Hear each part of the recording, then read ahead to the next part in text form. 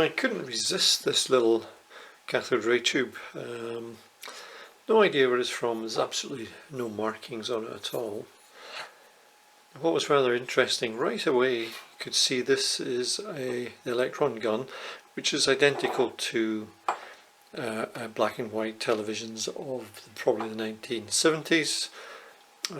This style of electron gun in this socket was quite typical. So, also interesting colour of the phosphor. It turns out the this fluorescent coating, it fluoresces kind of orange, which is interesting, but it's a very long neck here. This is the high voltage supply for the last anode here. As I say, standard monochrome electron gun. But you don't normally need this length of neck, for the deflection coils would sit somewhere here. And then when I got this, I realised for all this is the early black and white television electron gun with your anode and your focus, electrostatic focus here. But when you actually look closely at the electron gun, focus anode is connected to the final anode. So what's been done here is they've modified this to a type of tube that had a electromagnetic focusing, and that explains why this neck is so long, because there would be another set of coils here with the focusing magnets or electromagnets. So unfortunately, normally this connection on the focus anode, the electrostatic one, comes out on this pin in a black and white set, and you can use electrostatic focusing. But I can't do that on this, so this can't be focused. It's also this thickness of neck doesn't have any focusing magnets that I have, but it does mean this tube is identical to this one, which is an earlier one.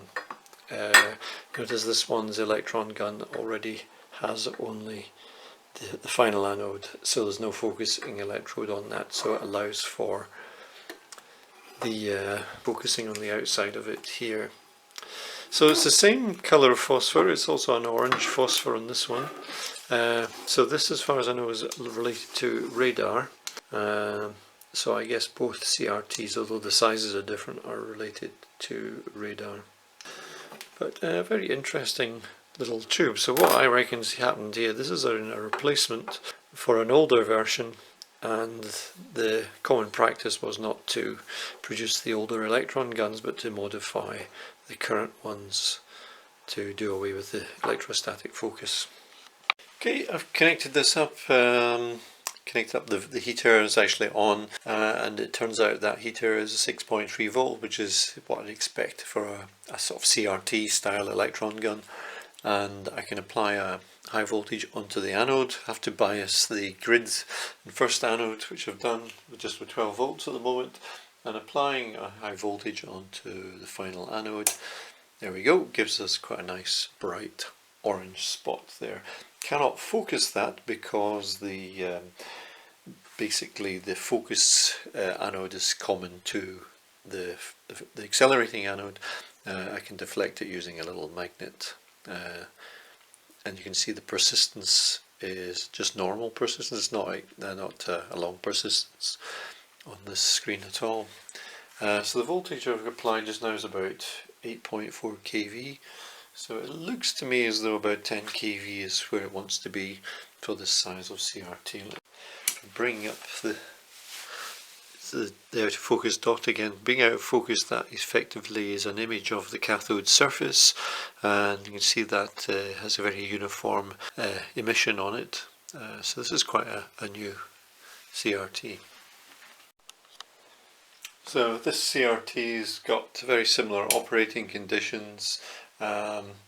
Again, an orange phosphor screen, but the persistence in this is much longer. You can see there's a trail there if I move this around.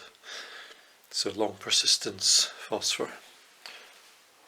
But the voltages are much the same heater and anode voltage on this CRT, and again external focusing on this tube. So while on the subject of interesting cathode ray tubes, this one is quite a large one, as you can see, and the interesting thing, this is from wartime. This is the typical socket at the back of CRTs used in military radar during the Second World War, or just after it. But interesting, in this one it has experimental on the label. So I got this one complete with its packaging case.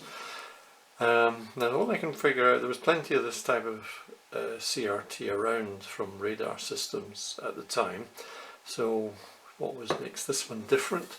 Well, from what I've seen is they've taken the XY plate connections out to these two external connections on the neck, which normally these would be on the base. And the other thing, the screen has a blue phosphor on it, it emits blue light, and it seems to be more or less standard persistence. So it's more like an oscilloscope CRT, but no information on this at all, but very nicely made. Okay, this is an old CRT from a monitor, in fact, so a dumb terminal one actually. So it's monochrome, it's a green screen, it's got a bit of screen burn and a few scratches, and as you can see it's got a small electron gun on this.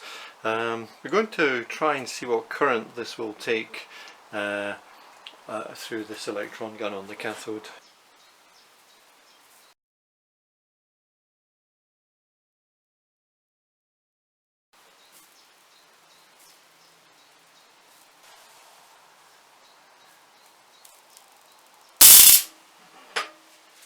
Flashover in the gun. Well, that was interesting, never seen this happen. When I got the flashover on the gun, the heaters failed. Open circuit, just measuring resistance on it. Circuit has gone open circuit. It's running at the right voltage, 12 volts, never seen that happen. Anyway, I haven't got a heater anymore, so the show is over.